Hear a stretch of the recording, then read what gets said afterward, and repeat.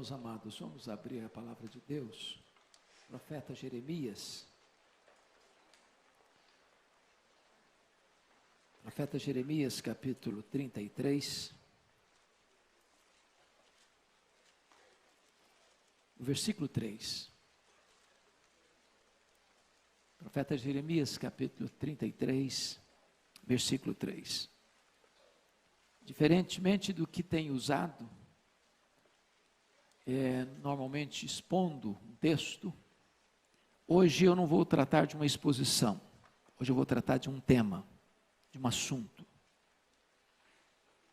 Portanto, vou ler o texto para fundamentar o meu tema e buscar, em outras partes da Bíblia, fundamentação para isso. Nós chamamos isso de um sermão tópico.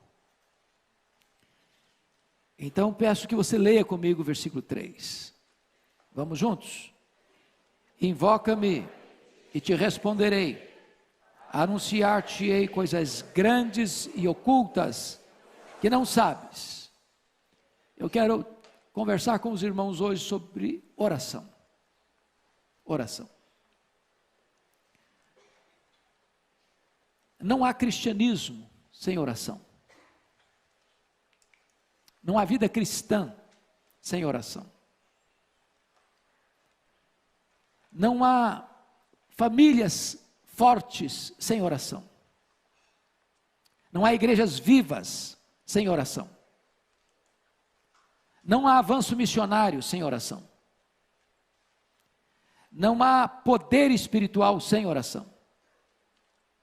A oração é o oxigênio da igreja. É uma evidência de que você nasceu de novo, é quando você ora. A evidência de que você vai ser um crente maduro na fé, experiente com Deus e revestido de poder, é quando você ora. Hoje então eu quero conversar um pouco com vocês sobre esse assunto. Porque quando eu olho para a Bíblia, tanto no Antigo quanto no Novo Testamento, eu vejo o povo de Deus orando. Eu vejo, por exemplo, Abraão intercedendo por Ló, que estava em Sodoma, uma cidade condenada. E Gênesis relata que Deus destrói Sodoma e Gomorra e salva Ló por causa da intercessão de Abraão, seu tio. Por meio da oração, Deus promove livramento e salvação. Eu encontro Jacó no Val de Jaboque, aos 91 anos de idade, tendo uma experiência profunda com Deus, porque Deus luta com ele, para salvá-lo. E diz a Bíblia que Jacó se agarra ao Senhor e diz: eu não te deixarei ir, se tu não me abençoares. E Deus o salva ali, e ele vê a Deus face a face ali, e a vida dele passa por uma mudança radical, a partir do Val de Jaboque, fruto da oração. Eu vejo Moisés em Cades Barneia, no momento decisivo da história do povo de Israel, quando a ira de Deus se acendeu contra aquele povo rebelde no deserto, e diz a Bíblia que Deus se propõe a criar uma nova nação por meio de Moisés, e Moisés se coloca na brecha em favor do povo e diz: Senhor, perdoa o pecado desse povo, ou risca o meu nome do livro que escreveste, e Deus ouve a oração de Moisés e poupa aquela nação. Eu vejo Ana, estéril, desprezada pela sua rival, mal compreendida pelo sacerdote Eli, não compreendida pelo seu marido Eucana, clamando a Deus por um milagre, para ser mãe. E diz a Escritura que Deus abriu a sua madre, que ela concebeu, que ela deu à luz a Samuel, o maior profeta, o maior sacerdote, o maior juiz daquela geração, fruto da sua oração. Eu vejo o seu filho Samuel se apresentando diante da nação de Israel, dizendo o seguinte: longe de mim pecar contra Deus, deixando de orar por vós. Eu vejo o rei Ezequias enfrentando dois problemas gravíssimos no seu reinado, aos 39 anos de idade, no apogeu do seu ministério, do seu reinado. Diz a Bíblia que ele estava com a doença mortal, e diz a Bíblia que a cidade dele, Jerusalém, estava cercada, entrincheirada por um poderosíssimo exército do maior império da época, o Império Assírio. E diz a Escritura que ele ora e ele chora diante de Deus, e Deus então ouve a sua oração, e Deus então responde rapidamente, Deus o cura de uma doença mortal, Deus liberta Jerusalém de um ataque terrível, de um exército expansionista e guerreiro, através da oração. Eu vejo Daniel orando a Deus, e Deus fechando a boca dos leões naquela cova.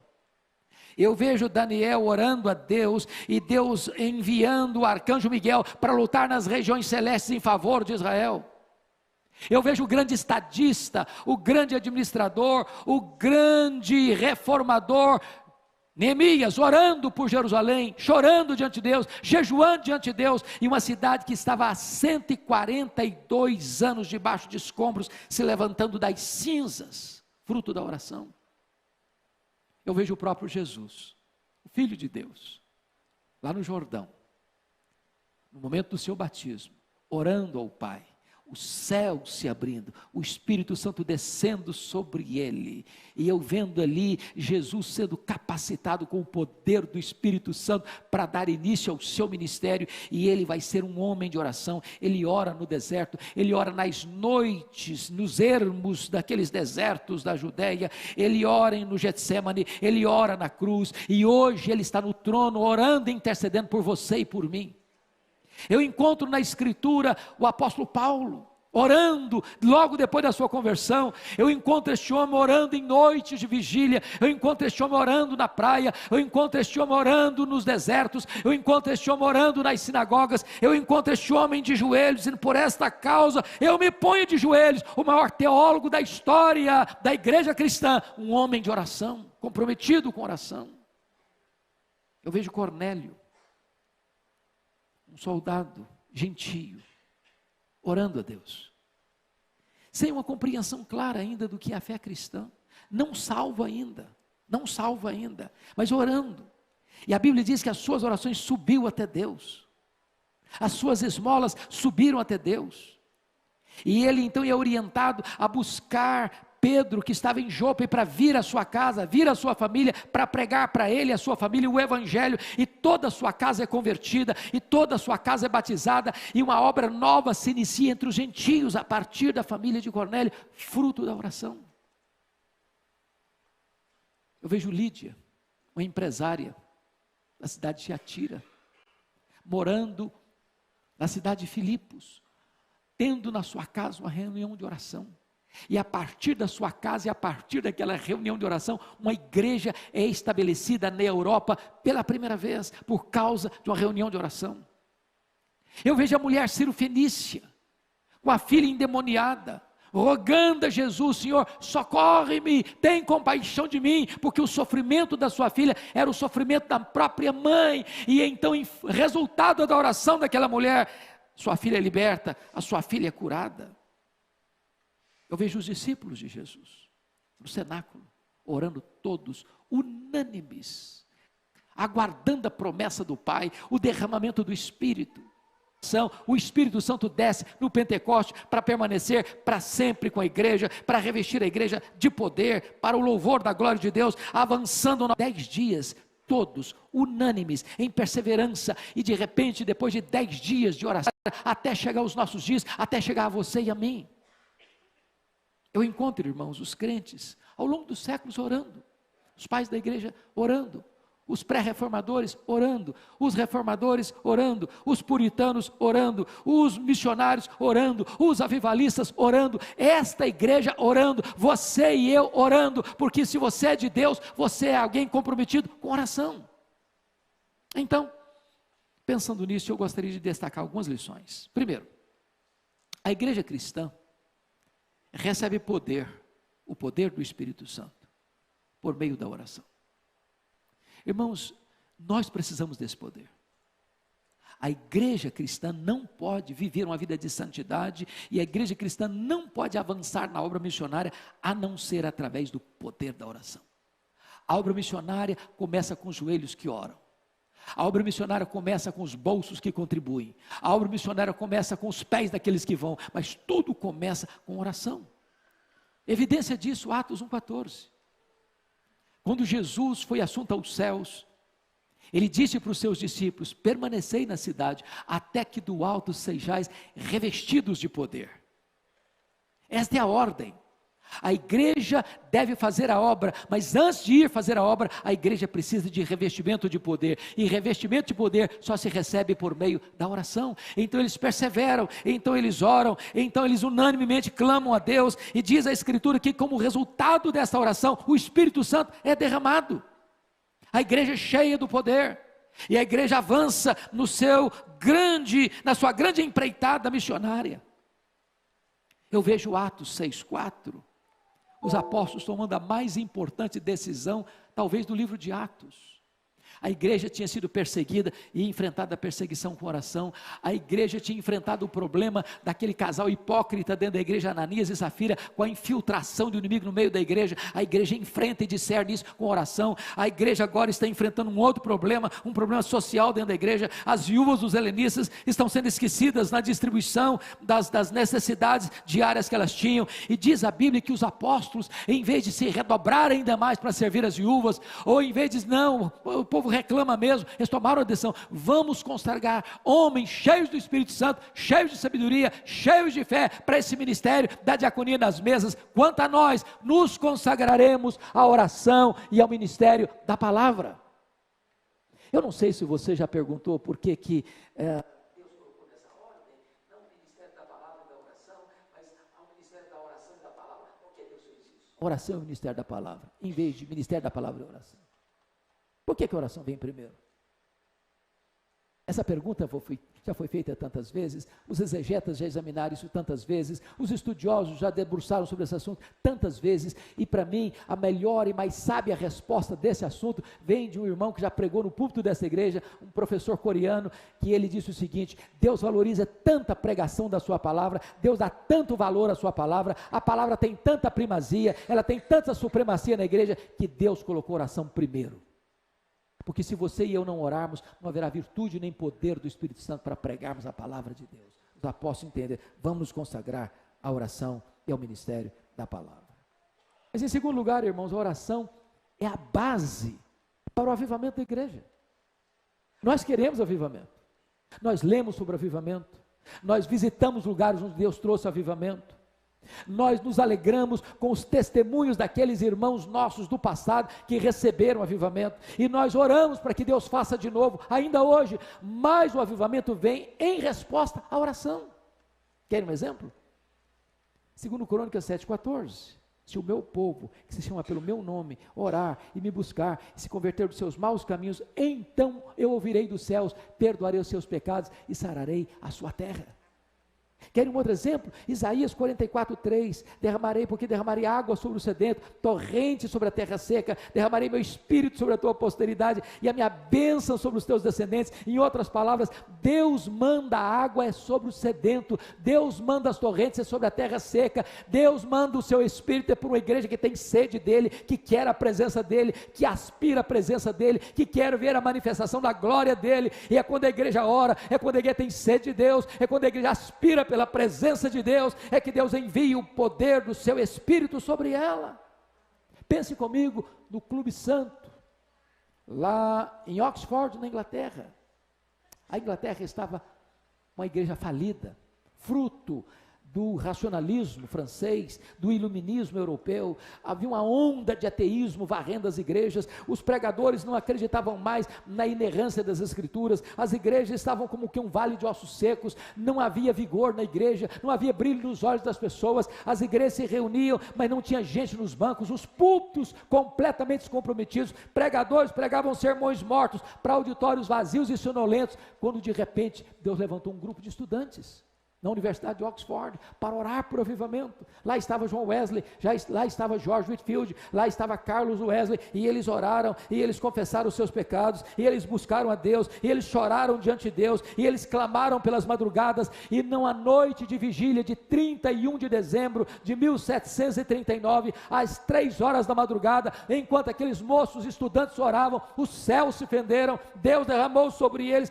poderosamente o Espírito Santo, e este avivamento varreu toda a Inglaterra, centenas de milhares de pessoas convertidas, porque um grupo de estudantes começa a buscar a Deus em oração. Pensa comigo, irmãos, no que foi a igreja do tabernáculo em Londres, no século XIX. Charles Haddon Spurgeon tinha 12 mil pessoas que domingo após domingo se reuniam naquela igreja para ouvir aquele homem de Deus pregar a palavra. E quando alguém perguntou a Spurgeon qual é o segredo do sucesso, do crescimento, do vigor desta igreja, ele disse: é porque tem uma usina de poder nesta igreja. Toda segunda-feira essa igreja se reúne para orar, derrama-se diante de Deus em oração. Todo culto, quando eu estou pregando aqui, tem um grupo de irmãos aqui embaixo, orando, clamando, chorando, rogando a Deus para que revista esta igreja com o poder do Espírito Santo. Meus amados irmãos, não há poder, não há avivamento sem oração. Eu tive o privilégio de visitar Quassisabanto, na África do Sul, onde houve um dos grandes avivamentos deste século passado, 1966, e eu confesso aos irmãos que eu nunca vi, foi a experiência mais marcante da minha vida, no que tange a ver um sinal de avivamento. Nunca vi tanto ambiente de santidade, de beleza, da graça de Deus, como vi naquele local. Mas como é que começou? Com oração, com choro pelo pecado, com clamor à presença de Deus, até que o Espírito Santo foi derramado, copiosamente, e os cativos foram libertos, e os enfermos foram curados, e os feiticeiros iam correndo, chorando, confessando os seus pecados. Eu vi ali um templo para 15 mil pessoas, numa fazenda, com 3 cultos por dia, e caravanas do mundo inteiro vendo ver o que Deus estava fazendo ali, fruto da oração. Mas em terceiro lugar, a oração, irmãos, é a base para a restauração de uma nação. Leia a história, e você verá isso. E eu vou lhes dar um exemplo. Acho que todos vocês já ouviram falar de Edwin Orr. Edwin Orr talvez seja o homem que mais estudou sobre avivamento no século passado. Esteve aqui no Brasil, no centenário da Igreja Presbiteriana. Esse homem escreveu vários livros sobre avivamento. Num dos seus livros, ele relata a crise financeira e econômica que se abateu sobre os Estados Unidos nos idos de 1850. Naquela época, os bancos estavam falidos. Naquela época, os empresários entraram em crise. Naquela época, as estradas de ferro também faliram. As fábricas fecharam as suas portas. Milhões e milhões de trabalhadores desempregados. Como é que aquela crise foi superada? Como é que aquele povo se reergueu? E Edwin Orr começa a fazer uma relação muito estreita com a oração que começou a surgir naquele país. E ele relata que no dia 1º de julho de 1857, um homem chamado Jeremias Lampier, um homem de negócios, assumiu o posto de missionário urbano em Nova York. A sua denominação estava perdendo milhares e milhares de membros todos os anos. E então ele imprimiu um folheto e distribuiu esse folheto na cidade de Nova York. E ele convoca então homens, comerciantes, falidos, gente que estava passando tanta amargura e tanta angústia para vir orar no hotel onde ele estava hospedado, no dia 23 de setembro de 1857. Na primeira semana, tinha 6 homens orando uma vez por semana com ele. Na segunda semana, 40 homens vieram orar com ele naquela sala de hotel. A partir dali, não era mais uma vez semanal, era todo dia. Em 6 meses, tinha 10 mil homens de negócios orando em Nova York por um reavivamento. E este reavivamento chegou e varreu toda a América. Mais de 2 milhões de pessoas convertidas. Como fruto deste avivamento é que o missionário Ashbel Green Simonton sai dos Estados Unidos, chega aqui no Brasil no dia 12 de agosto de 1859 para plantar a Igreja Presbiteriana do Brasil. A Igreja Presbiteriana do Brasil nasceu sob o signo do avivamento, fruto de oração, de oração, de oração. Mas ainda, irmãos, quarto lugar, a oração muda circunstâncias. Há coisas que a oração não muda, os decretos de Deus são imutáveis, mas há coisas que Deus só faz em resposta à oração. É por isso que Tiago diz assim: nada tendes, porque nada pedis. Deus é soberano e podia agir independentemente da igreja, ele podia agir sem qualquer oração, mas ele, sendo soberano, resolveu dizer e decretar que algumas coisas só vão acontecer se o seu povo orar. E eu vou lhes dar alguns exemplos. Quando Moisés, em campo de batalha, estava lutando, o exército de Israel lutando contra os inimigos, diz a Bíblia que enquanto Moisés mantinha os seus braços estendidos, o povo de Deus prevalecia na batalha. Se as mãos dele caíam, cessando a oração, o povo era vencido pelos inimigos. Enquanto você ora, Deus tem vitória para a sua vida. Enquanto você ora, os inimigos são derrotados na sua vida. Enquanto você ora, Deus dá vitória para você nos embates da vida. Enquanto você ora, Deus conduz você em triunfo. Deixa eu lhe dar um segundo exemplo. Quando o rei Ezequias, entrincheirado pelo exército assírio, ameaçou o rei, e eu queria que vocês entendessem um ponto importantíssimo. Foi no período do rei Ezequias em Judá, em Jerusalém, que esse mesmo império assírio, que cerca Jerusalém agora, entrou em Samaria e destruiu o reino do norte. As 10 tribos do norte foram destruídas, foram tomadas, foram escravizadas, foram dispersas. Ele derrotou aquelas 10 tribos do norte. Agora ele vem para as 2 tribos do sul, e entrincheira Jerusalém, o mesmo império, dominador, expansionista, guerreiro, sanguinário, e eles eram perversos, ninguém podia detê-los. E eles mandaram uma carta afrontosa para o rei Ezequias: renda-se, renda-se, nenhum Deus pode livrar você das minhas mãos. E diz a Bíblia que Ezequias pega aquela carta afrontosa, leva para a casa de Deus, expõe aquele problema na presença de Deus, e Deus diz: Ezequias, você não vai ter que lutar, esta luta é minha. E diz a Bíblia que naquela noite saiu um anjo do Senhor e feriu 185 mil soldados assírios, e Jerusalém foi liberta pelo poder da oração. Da oração. Diz a Bíblia em Atos 12 que Pedro está sentenciado de morte, preso, guardado em segurança máxima na prisão de Herodes, mas diz a Bíblia que havia oração incessante da igreja em seu favor. E Deus mandou um anjo, rompeu as algemas, atravessou os portões de ferro e libertou Pedro. Porque Deus pode o impossível quando o seu povo se prostra em oração. Deixa eu lhe dar um exemplo contemporâneo. Eu não sei quantos de vocês tiveram a oportunidade de ler um livreto que eu escrevi sobre mães intercessoras. Quem prefaciou aquele livreto foi Dona Eusa Lidório, mãe de Ronaldo Lidório. Ronaldo Lidório hoje, penso eu, é a maior expressão da obra missionária no Brasil e no mundo hoje.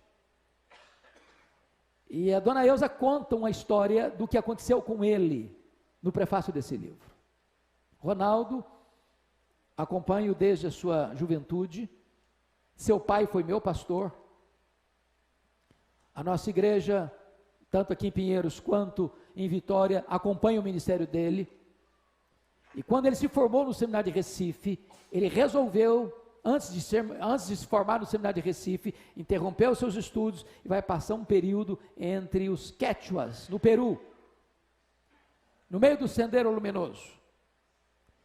E havia um conhecimento real de que se alguns membros ou algum membro do Sendero Luminoso entrasse numa igreja e capturasse alguém, essa pessoa não sobreviveria. E ele está pregando numa igreja lá no Peru, entre os Quechuas.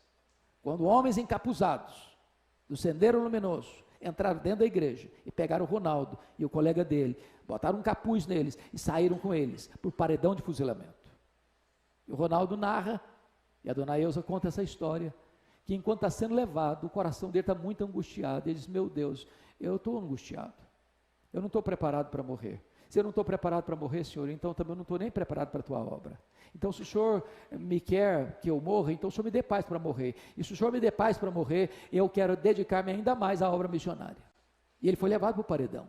Quando ele estava no paredão para ser fuzilado, chega um carro fazendo muito barulho, e alguém fazendo muito barulho, e ele não entende o que estão falando, e pegam o Ronaldo e arrancam dali. Seu colega é fuzilado. Ele é poupado. Mas Dona Eusa conta que naquela madrugada, naquela noite, enquanto essas coisas estão acontecendo, ela sentiu um grande peso no coração. E ela se levantou da sua cama com esse peso. Meu Deus, eu não sei o que está acontecendo. Me dê discernimento. E ela não sabia o que estava acontecendo. Ela disse, meu Deus, isso tem a ver com o meu filho que está lá. Então o Senhor põe os teus anjos acampados ao redor dele. Então o Senhor o proteja, Senhor. E naquele momento em que ele está sendo liberto do paredão do fuzilamento, tem uma mãe orando de joelhos pelo seu filho. Deus é o Deus que responde a oração. Deus é o Deus que traz livramento em resposta à oração.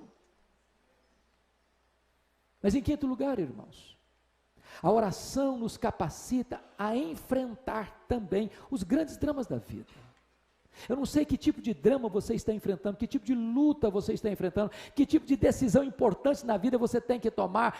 Deus responde e traz livramento e portas abertas para você em resposta à oração. Está lá no Salmo 50, versículo 15. Invoca-me no dia da angústia, eu te livrarei e tu me glorificarás. Eu vejo Davi, essa é uma das cenas mais lindas da Bíblia. Davi está exilado em território filisteu. Seu sogro, rei Saul, quer matá-lo. E ele foge com 600 homens e as suas respectivas famílias. E é estabelecido na cidade de Ziclag. E de repente ele não está lá na cidade com seus homens, vêm os amalequitas. Eram os terroristas do deserto da época. Ninguém escapava das mãos daquelas pessoas. Eram os terroristas da época. E quando chegaram na cidade de Ziclag, botaram fogo na cidade, feriram a cidade, pegaram as mulheres, os filhos e as filhas, e levaram todos cativos com eles. Quando Davi chega naquela cena, juntamente com seus homens, ele vê a cena, ele chora, até não ter mais forças de chorar. Os seus homens, aliados dele, se rebelam contra ele, querem matá-lo, por causa dos seus filhos e das suas filhas, que foram levados cativos. E naquela situação de desespero, de abandono, de oposição, diz a Bíblia, que Davi se reanimou no Senhor seu Deus, e caiu de joelhos, e orou, e disse, oh meu Deus, perseguirei o bando, alcançá-lo-ei. Em outras palavras, Senhor, eu vou deixar o inimigo tomar, me dar de goleada, eu vou aceitar passivamente a decretação da derrota, ou eu vou reagir. E Deus diz para ele, reage Davi, porque tudo que o inimigo tomou de você, você vai trazer de volta. E ele ora, e Deus muda o cenário, e eles entram na peleja, e derrotam o inimigo, e tomam de volta seus filhos, suas filhas, suas mulheres, e seus bens, fruto da oração. Mas deixa eu lhes dar um exemplo mais contundente, um exemplo de Jesus. Diz a Bíblia que quando Jesus entrou no Getsêmani, depois de inaugurar a nova aliança em seu sangue, partiu o pão, entregou o cálice, ele cantou um hino, e desceu para o monte das oliveiras, onde estava o jardim do Getsêmani, prensa de azeite. Ele sabia que aquela seria a noite da traição, ele sabia que aquela seria a noite em que ele seria preso. Ele sabia que naquela noite ele seria entregue nas mãos dos sacerdotes. Ele sabia que naquela noite ele seria cuspido e esbordoado.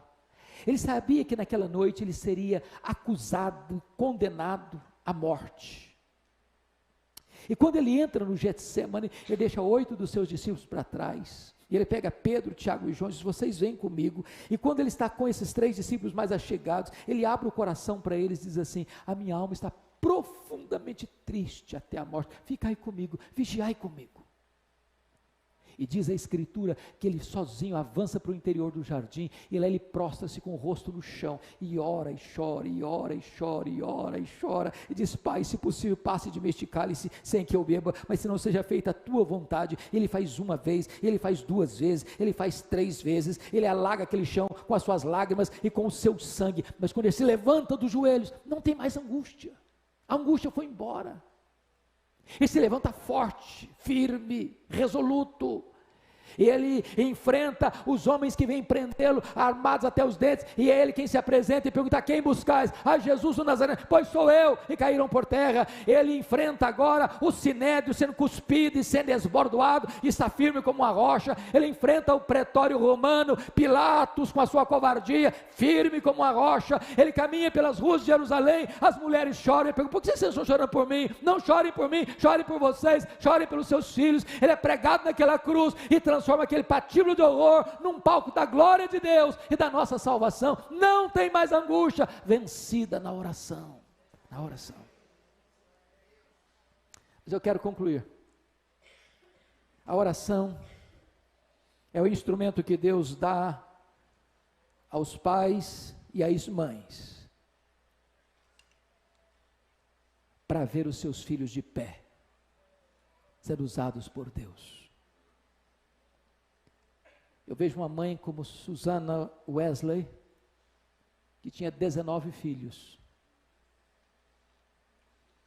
e que durante a sua vida, 1 hora por dia, a porta do quarto era trancada, e os seus filhos sabiam que não podiam interrompê-la. Ela estava de joelhos em favor dos seus filhos. Essa mulher deu ao mundo um dos grandes avivalistas da história, João Wesley. Eu vejo Mônica orando por Agostinho, um homem devasso, muito culto, professor de oratória, vivia na promiscuidade. E como fruto das lágrimas e das orações da sua mãe, ele não só é convertido, mas é transformado no maior expoente da igreja do 5º século. Eu vejo Abraham Lincoln, um grande estadista americano, afirmar: um filho que tem uma mãe que ora por ele, nunca é um filho pobre.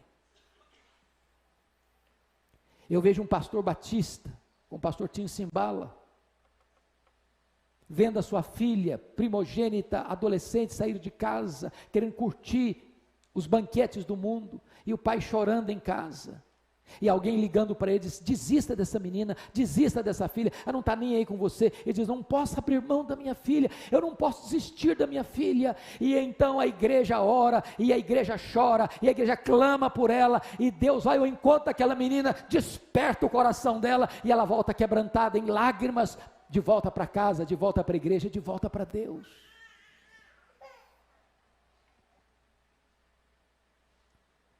Mas eu queria concluir dizendo para vocês algo que me é muito caro. Eu sou fruto da oração da minha mãe.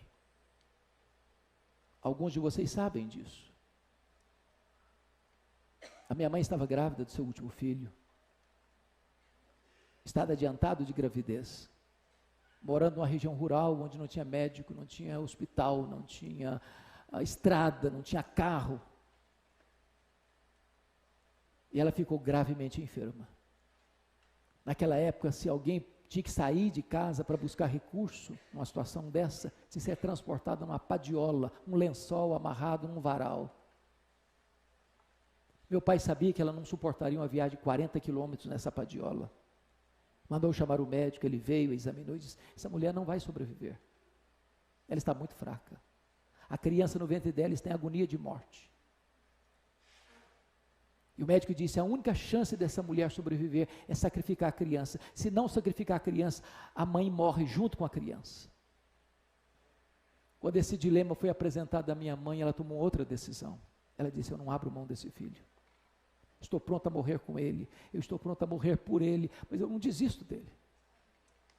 E ela, que era uma mulher rural, simples, praticamente analfabeta, caiu de joelhos, diz: meu Deus, se tu poupares a minha vida, se tu poupares o meu filho, eu quero consagrar esse filho para ti, para ser um pastor, para ser um pregador do evangelho. Deus ouviu a minha mãe, e eu nasci na roça, fui calçar meu primeiro par de sapatos com 8 anos de idade, saí de casa com 12 anos, na carroceria de um caminhão, para estudar, morando num barraco de tábua, dentro de um mangue, do lado de um prostíbulo. E a minha mãe nunca me contou esse propósito com Deus, porque não queria que eu fosse influenciado para o seminário. Meus sonhos eram outros. Até o dia que Deus botou a mão sobre mim, me chamou para o ministério. E eu entendo, irmãos, que não tem nada mais sublime neste mundo do que ser pastor, que ser pregador do evangelho. Se eu tivesse 10 vidas, gostaria de usá-las todas para a obra de Deus. Mas uma coisa me marcou profundamente, pastor Ival, no final da vida da minha mãe. Ela já estava muito enferma. Foi a última vez que eu a vi. Ela me chamou à parte e disse: meu filho, nesses anos todos, eu nunca deixei de me levantar da minha cama de madrugada e dobrar os meus joelhos e orar por você, para que Deus levantasse você, para que Deus capacitasse você, para que Deus desse graça a você para pregar a palavra de Deus. Eu abracei minha mãe, chorei com ela, disse: mamãe, só está me ensinando a lição mais importante da minha vida. A senhora está me ensinando que de fato um filho não é pobre se tem uma mãe que ora por ele. Deus responde a oração de uma mãe, de um pai. E Deus levanta os seus filhos para serem bênção nessa geração. Nós precisamos conhecer o Deus que tem poder e o Deus que responde às orações do seu povo. Eu quero convidar você para ficar em pé.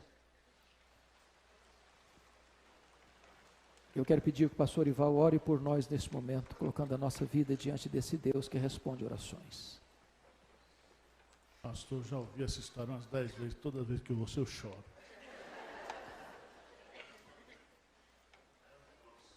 Senhor Deus, Tu és Deus, somente Tu és Deus. Tu és o Deus da aliança. Tu és o Deus que na sua condescendência resolve nos amar, nos abençoar. E estabelecer a oração como meio de graça. Dentro dos teus decretos permissivos. Invoca-me e te responderei. Anunciar-te-ei coisas grandes e ocultas que não sabes. Ó Deus, dispõe o nosso coração para orar. Sabemos que a maior estratégia que o diabo tem usado hoje contra a nossa igreja é desvalorizar o papel da oração. Meu Deus. Mas que nesta manhã, em cima da palavra que foi colocada aqui, Senhor, exposta, do testemunho que foi dado, levanta a tua igreja para orar, Senhor. Levanta os pais, as mães, os adolescentes, os jovens. Deus levanta uma nova geração de oração nessa igreja, Senhor. Porque o avivamento virá se os nossos adolescentes, se os nossos jovens se agarrarem contigo em oração, Pai. Ajuda-nos a vencer essa angústia de saber que precisamos orar e não orarmos, Pai. Derrama sobre nós, como está lá em Zacarias, o espírito de graça e de oração. Dispõe o nosso coração, Senhor, para buscar a Tua presença, a Tua face. E o resto o Senhor faz do jeito que o Senhor quiser. Porque a Tua vontade é boa, é perfeita e agradável. Muito obrigado por tudo. Em nome de Jesus. Amém.